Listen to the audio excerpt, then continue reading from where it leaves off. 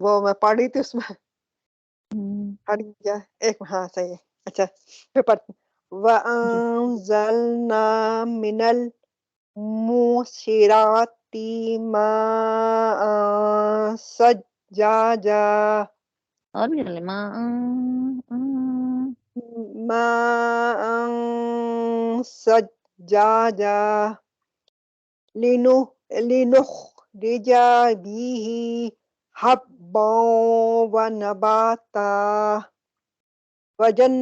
تھوڑا سا ایسا وَجَنَّاتٍ ہو جاتا ہے نا جو آخری والا لفظ ہوتا ہے نا تھوڑا سا اس پہ زور پڑ جاتا ہے لِنُخْرِجَ بِهِ جا کر دیتے ہیں نا تو دب ہو جاتا ہے تھوڑا سا تو وہ بڑا سا ہو جاتا ہے وہ اپنے اصل مقام سے ہٹ جاتا ہے اس لیے لِنُخْرِجَ بِهِ ہے نا ایسے جیسے آرام سے گزاریں گے نا اور زیادہ اس پہ زور نہیں پڑے بس تو پھر یہ آخری ورڈ صحیح سے ادا ہو جاتا لِنُخْرِجَ بِهِ حَبًّا وَنَبَاتًا وَجَنَّاتٍ أَلْفَافًا اس میں وہ نہیں دیں آپ نا اس کو دبائے نہیں جناتن تن تین نہیں کریں گے پھر بن جاتا ہے نا کیا کہتے ہیں ادغام بد گنہ بن جائے نہیں گا نہیں سوری تن ہوگا نا تن ہاں بالکل تن ہاں تن آرام نہیں سے پڑھا تھا ہاں وَجَنَّاتٍ أَلْفَافًا جی إِنَّ يَوْمَ تھوڑا سا نہ الْفَصْلِ لمبا ہو گیا اچھا إِنَّ يَوْمَ الْفَصْلِ كَانَ مِيقَاتًا پس پس تھوڑا سا ہیوی رکھیے راست سواد کو اور تھوڑا سا ہمس بھی دیجیے اس میں پس جی إِنَّ يَوْمَ الْفَصْلِ كَانَ مِيقَاتًا می یہ یہاں پہ بھی مد ایسی لگ رہی ہے می قوتا اکٹھا اور یو یا نہیں یو واو کو ڈالیں گے نا واو کے ساتھ یو کی آواز ہے یو مال یو مل یو واو کی دیجیے اچھا واو کا ٹون آ رہا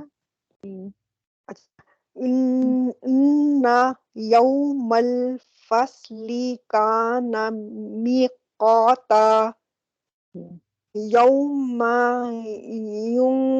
يُنفَخُ فِي الصُّورِ فَتَأْتُونَ أَفْوَاجًا بس آپ نے تھوڑے تھوڑے سے اس کی بھی ماں پہ بھی پریکٹس کرنی ہے ری کی بھی پریکٹس کرنی ہے تھوڑا لمبا ہو رہا ہے جب پریکٹس کریں گے تو خود ہی قابو میں آئے گا ٹھیک ہے اس کو بلکہ اپنی ریکارڈ کو بھی کر کے نہ سنیے گا صحیح تو یہ تھوڑے تھوڑے سے بڑے ہوتے ہیں وہ آپ سے قابو میں آئیں گے اسی طرح نا ٹھیک ہے پریکٹس سے آئے گا بڑا ہو رہا ٹھیک ہے تھوڑا تھوڑا سا بڑا ہو جاتا ہے ذرا ذرا سا اس پہ زور پڑ جاتا ہے زیادہ نہیں ہوتا ہے ایسے جانے بھی دیا جا سکتا ہے لیکن کیوں ہم کر سکتے ہیں تو کر لیں قابو میں ہے نا ہاں بس یہ فِي الصُّورِ فَتَأْتُونَ أَفْوَاجًا وَفُتِحَتِ السَّمَاءُ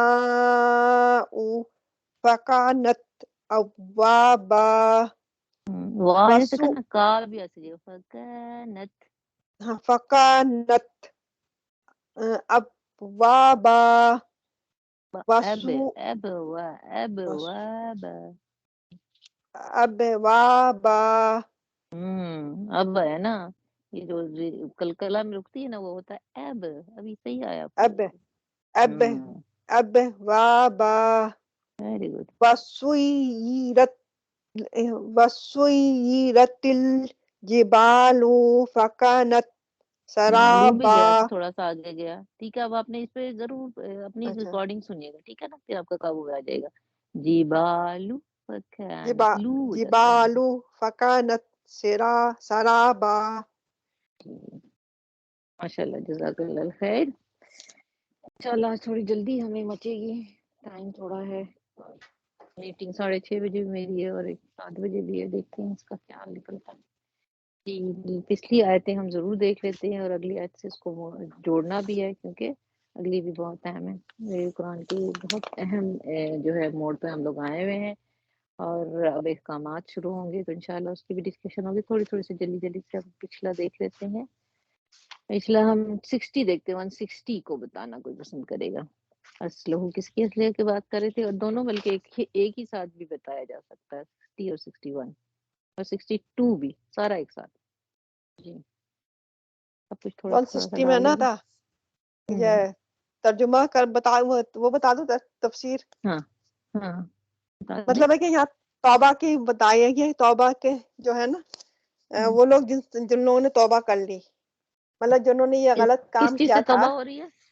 توبہ کیا وہ ہو رہی حق کو کس چیز سے؟ چھپانے کی، حق کو چھپانے کی. ویری گڈ، زبردست. ہاں بالکل.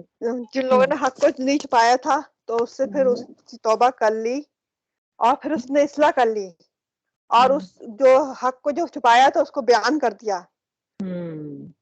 تو وہ لوگ وہ مطلب ہے کہ ان کی وہ گناہ معاف ہو سکتے ہیں مطلب. اور یہ بتایا کہ جو ہاں کیا کہہ رہے ہیں؟ التواب الرحیم کیوں استعمال کیا ہے اللہ تعالیٰ نے یہاں پہ صیغہ التواب الرحیم دونوں کے ساتھ. مطلب ہے کہ جو ہمیں سچے دکھے اخلاص کے ساتھ ہم سے رجوع کرے گا، اللہ سے رجوع کرے گا نیک نیتی کے ساتھ، اور اس گناہ کو چھوڑ دے گا اور اس کو اچھے طریقے سے بیان کرے گا جو اس نے غلطی کی تھی اور اس حق کو سب کے سامنے لائے گا تو اس کی توبہ قبول ہوگی، اللہ تعالیٰ اس پر مہربان ہوگا. التواب سب سے زیادہ توبہ کو بہت بڑا توبہ قبول کرنے والا، ٹھیک ہے نا. رحیم کی بڑی غلطی ہے تو توبہ قبول کرنے والا بھی بڑا عظیم ہے. ٹھیک ہے، اگلی آیت پہ کوئی بتا دے. الذین کفروا.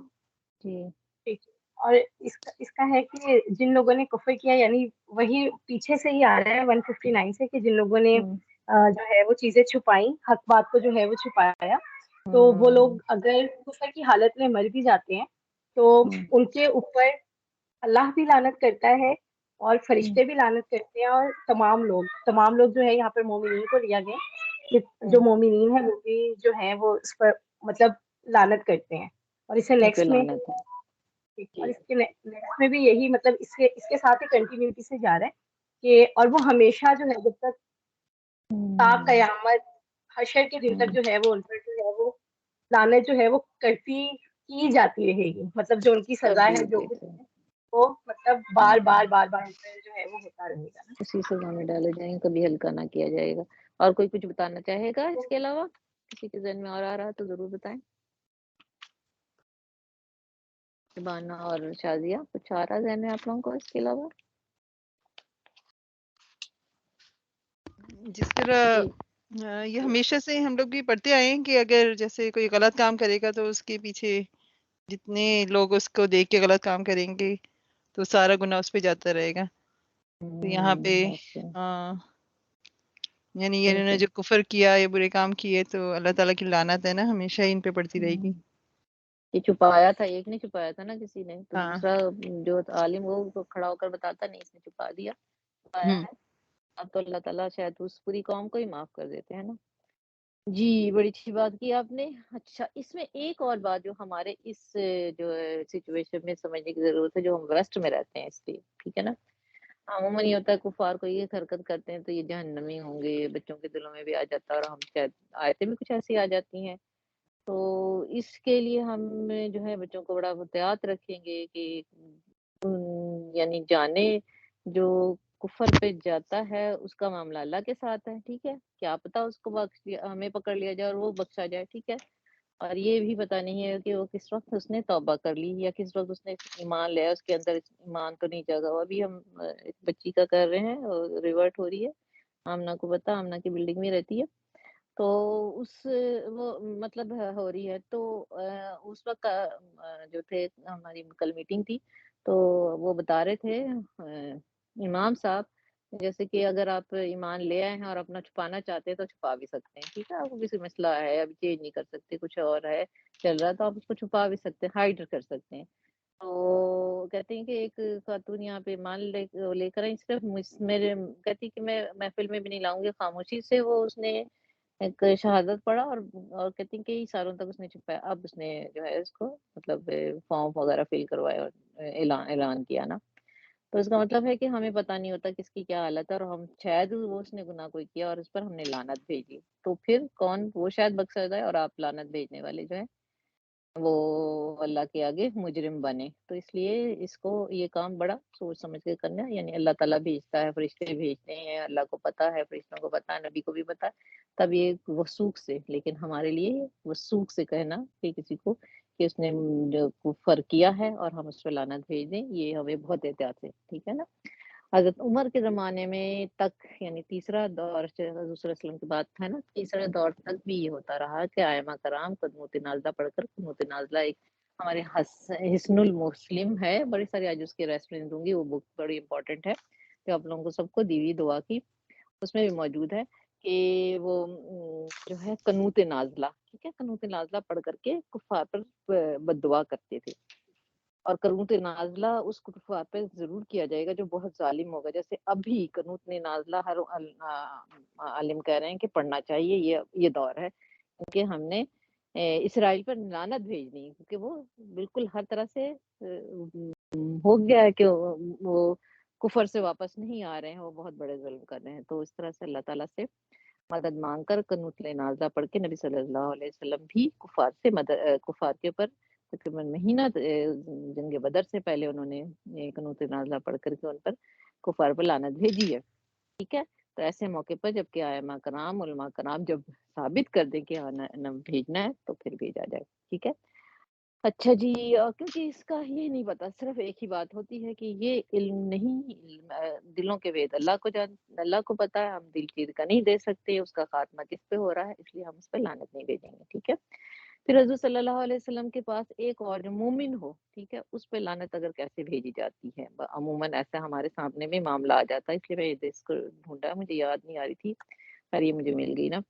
اور یہ حدیث کیا تھی کہ حضور صلی اللہ علیہ وسلم کے پاس ایک شخص بار بار نشے کی حالت میں لایا گیا اور اس پر بار بار حد لگائی گئی. تو ایک شخص نے کہا کہ اس پر اللہ کی لعنت ہو، بار بار شراب پیتا ہے، ٹھیک ہے. وہ شخص کیا تھا؟ ایمان والا تھا، مومن تھا، لیکن بار بار ایک کبیرہ گناہ کرتا تھا، ٹھیک ہے. اس کو لایا گیا اور شراب، تو یہ کہتا ہے کہ ایک اور شخص کہتا ہے کہ یہ شخص تو بار بار جو ہے شراب پیتا ہے، اس پہ لعنت ہو.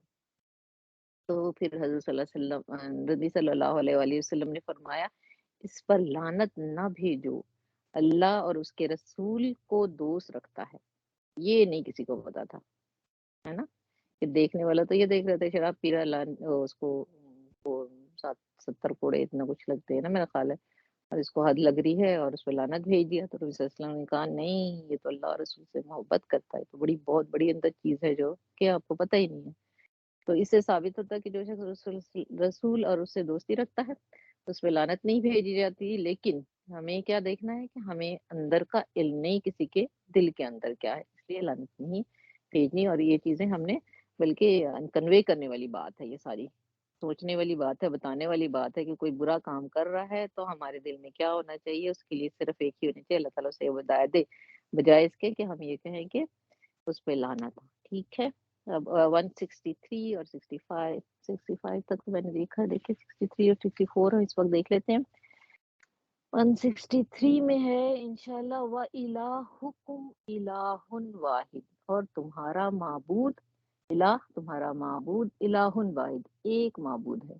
لا الہ، نہیں ہے کوئی معبود، الا ہو، مگر وہ ہی، الرحمن الرحیم، وہ الرحمن اور الرحیم ہے، ٹھیک ہے. یہ بڑی امپورٹنٹ آیت، بہت ہی ہے، ٹھیک ہے.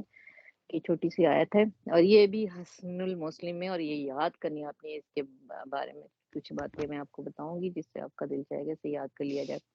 اس آیت کو اس میں جو ہے، اس کو یہ 3 آیتیں ہیں قرآن میں جس کو اسم اعظم کہا جاتا ہے. اب اسم اعظم کیا ہے کسی کو پتہ ہے؟ ویسے عموماً لوگوں کو ہوتا بھی اس بات ہو، اس کا تھوڑا سا اللہ تعالیٰ کے نام، اللہ تعالیٰ کے نام کے ساتھ، اللہ تعالیٰ کے نام کے ساتھ. ہاں کچھ پہنچ گئے ہیں، تھوڑا سا مطلب آدھا تک پہنچ گئے، آدھا اور پہنچنا ہے. صحیح، ٹھیک ہے. جیسے وہ پڑھتے ہیں نا، یا حیو یا قیوم یا ذوالجلال والاکرام، یہ کہتے ہیں کہ اس نام کے ساتھ پڑھنے سے آپ کی دعا قبول ہوتی ہے. گڈ، کافی کچھ پتا ہے اس کا مطلب ہے، ٹھیک ہے. آج تھوڑا سا اور کلیئر کر لیتے ہیں کہ اسم اعظم کیا ہوتا ہے. کہ اسم اعظم جو شخص جس کو بھی پتا ہے کہ اسم اعظم سے وہ باخبر ہو جاتا ہے کہ آیت میں ہے، یہ لفظ میں ہے یا کسی میں ہے، تو اس کے ذریعے سے جب دعا مانگتا ہے تو دعا قبول ہوتی ہے. ٹھیک ہے، اسم اعظم کے ذریعے سے جو دعا مانگی جاتی ہے وہ دعا قبول ہوتی ہے. اس میں عربی زیب نے جوائن کیا. السلام علیکم زیب. ہم جو ہے نا اگر آپ لے لیں سورہ بقرہ کی آیت نمبر 163 کر رہے ہیں اس وقت. ٹھیک ہے، اچھا میں کھولتی تو ہوں. جی تو اس میں اعظم اس میں ہے تو اس کے ذریعے سے دعا کی جائے تو دعا قبول ہوتی ہے. اب اس میں اعظم کو اس میں دو لفظ سے مل رہے ہیں. اسم جو ہے عربی میں کہتے ہیں کسی کے نام کو. ٹھیک ہے، جیسے عربی میں پوچھتے ہیں آپ سے کہ اسم کا تمہارا نام کیا ہے. یہ اکثر اوقات ہم لوگ جاتے تھے عربی سے ملنے کے لیے تو وہ پوچھتے ہیں. تو یہ اسم ہو گیا نام اور اعظم ہو گیا بڑا، دونوں مل کر کے اسم اعظم. یہ واحد لفظ ہے، یعنی کسی واحد صیغہ کے لیے ایک شخص کے لیے بولا جائے گا.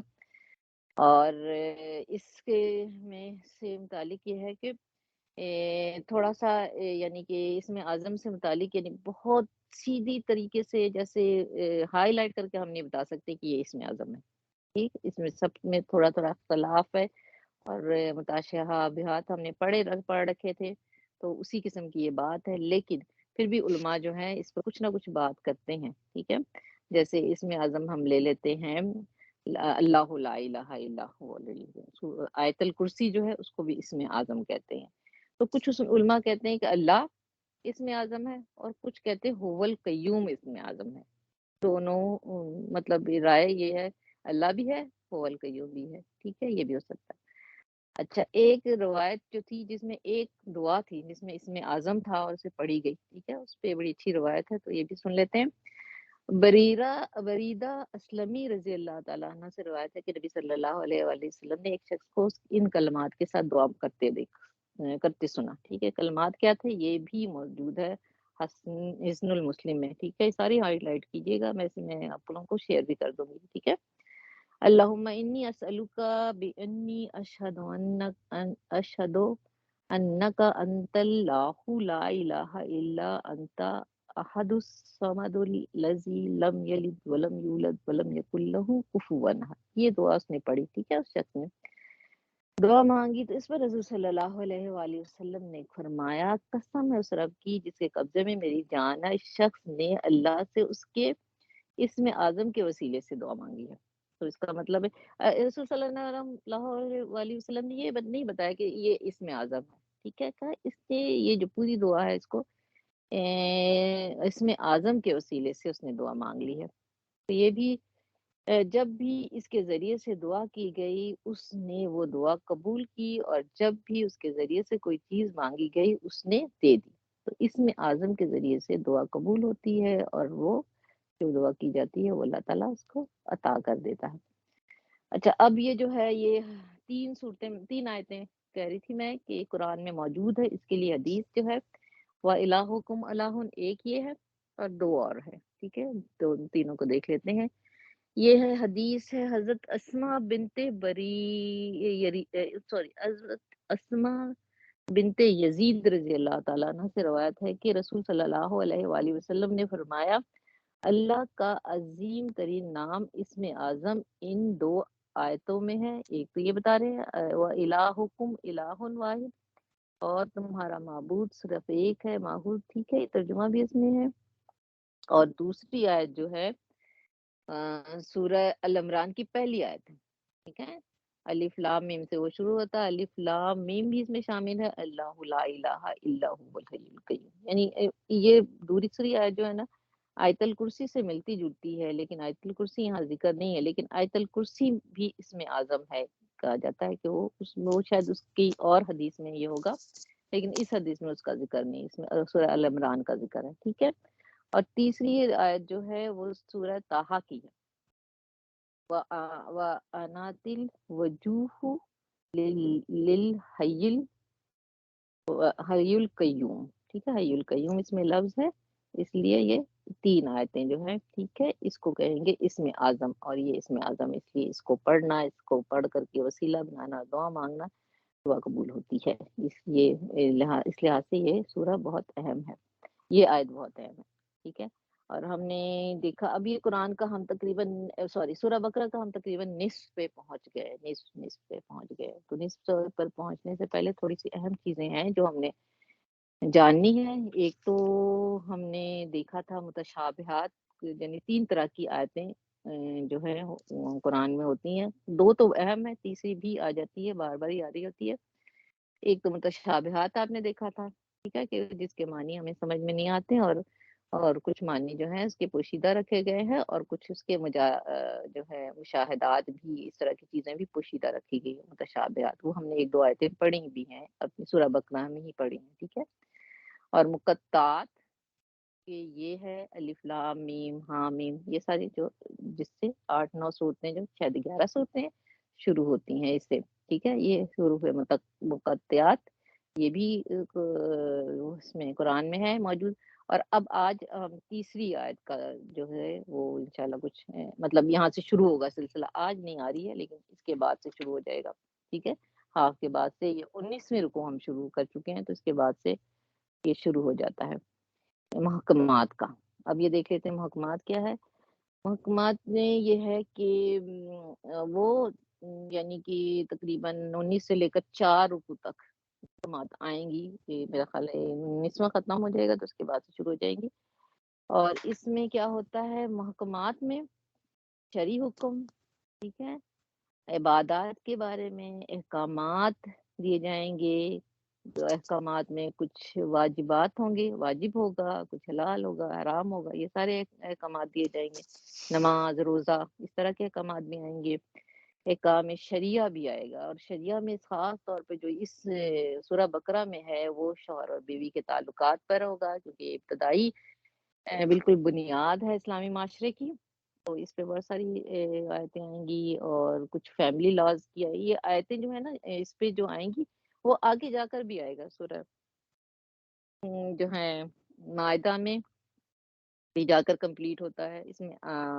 اس میں سے کچھ آیتیں جو ہیں اس کو دوبارہ ریپیٹ کیا جائے گا. اللہ تعالیٰ اس کو بار بار لے کر آتے ہیں. سورہ نساء میں ہے، پیشرات کی آیت آئے گی، وہ بھی ہر تقریباً دوبارہ ریپیٹ ہوگی، ٹھیک ہے. ابتدائی حکم یہاں سے ہوگا، اور یہ حکم بعض اوقات ناسخ منسوخ میں بھی آئے گا، کچھ منسوخ بھی ہوگی، ٹھیک ہے. تو یہ ساری یہ بات اب آپ کو ہم نے سمجھنا چاہیے کہ سورہ بقرہ کا ایک حصہ جو تھا، ہم نے کیا دیکھا تھا پہلے حصے میں ہم نے دیکھا تھا کہ 3 طرح کے گروہ تھے، پھر مخاطبین تھے، پھر پوری تھوڑی ہسٹری تھی، حضرت آدم علیہ السلام کی ہسٹری تھی، ہے نا، اس طرح کے موضوعات تھے، اور بنی اسرائیل کا قصہ بھی تھا، ٹھیک ہے. تو اب وہ اس سے تھوڑا سا بدل رہا ہے، اور یہ ساری چیزیں آ رہی ہیں اس میں جو کہ ابھی ہم نے ذکر کیا، ٹھیک ہے. کہ اس کے علاوہ ہے جی اتنا ہی آپ کے لیے کافی ہے کہ ہم اتنا جان لیں. ہاں، جہاد کا بھی ذکر آئے گا، ٹھیک ہے، اور جہاد کی انتہا جو ہے اس کا بھی ذکر، قتال بھی آئے گا اس میں، ٹھیک ہے. اور جہاد بالمال اور جہاد بالنفس، یہ ساری چیزیں آئیں گی اس آدھے حصے میں. اور سب سے عظیم آیت اسے کہتے ہیں آیت الکرسی بھی اسی میں موجود ہے. 164 میں ہم آیت دیکھ لیتے ہیں. 164 جو ہے، انا بے شک فی خلق السماوات والارض، زمین اور آسمان، زمین کے پیدا کرنے میں، والارض اور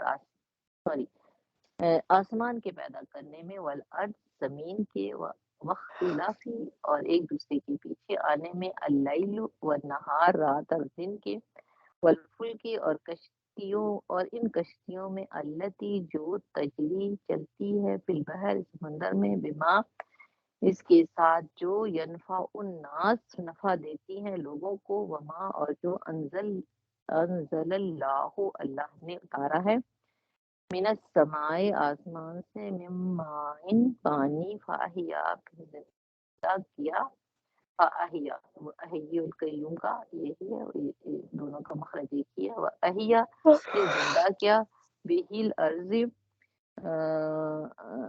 اس کے ذریعے سے زمین کو، بعدا اس کے بعد، موتها مردہ ہونے کے بعد، وبثا اور پھیلا دیا، فیہا اس میں، من کل ہر طرح کی دابت جانور یا مخلوق، و تصریفی ریح اور ہواؤں کی گردش میں، والسحاب مسخر اور تابع فرمان بادل. تابع فرمان کو آپ لوگ کیا کہتے ہیں؟ کچھ ہے کسی کو جمائی آ رہی بہت سخت نیند آ رہی ہے؟